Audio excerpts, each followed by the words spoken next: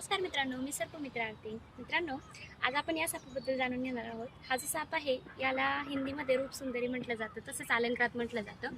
रूपसुंदरी यासाठी म्हटलं जातं की हा खूप जास्त सुंदर साप आहे. तुम्ही पाहू शकता, दिसायला अगदी म्हणजे देवाने ह्याला खूप सुंदर बनवलेलं आहे, त्यामुळे कदाचित रूपसुंदरी हे नाव पडलं. तसंच अलंकारात का? अलंकारात यासाठी की याच्या बॉडीवरती एकदम दागिन्यासारखी नक्षी असते, जी त्याच्या मिडल लेंथपर्यंत असते, त्यामुळे याला अलंकारात म्हटलं जातं. आणि मराठीमध्ये तर तस्कर म्हटलं जातं आणि इंग्लिशमध्ये कॉमन ट्रिंकेट स्नेक म्हणून याला ओळखलं जातं. याला ओळखण्याची सोपी पद्धत हा तपकिरी रंगामध्ये भेटतो. तसेच याचे डोळे गोल असतात आणि डोकं हे निमुळतं असतं. आणि बघा तुम्ही पाहू शकता, थोडंसं पिवळट किंवा माती रंगामध्ये याचं डोकं म्हणजे तपकिरी रंगामध्ये डोकं असतं आणि डोळ्याच्या खाली 2 लाईन असतात ब्लॅक कलरच्या. तसेच बुद्धिबळातील जे पट असतात त्याच्याप्रमाणे याच्या अंगावरती बॉक्समध्ये म्हणजे हे असतात, चिन्ह असतात.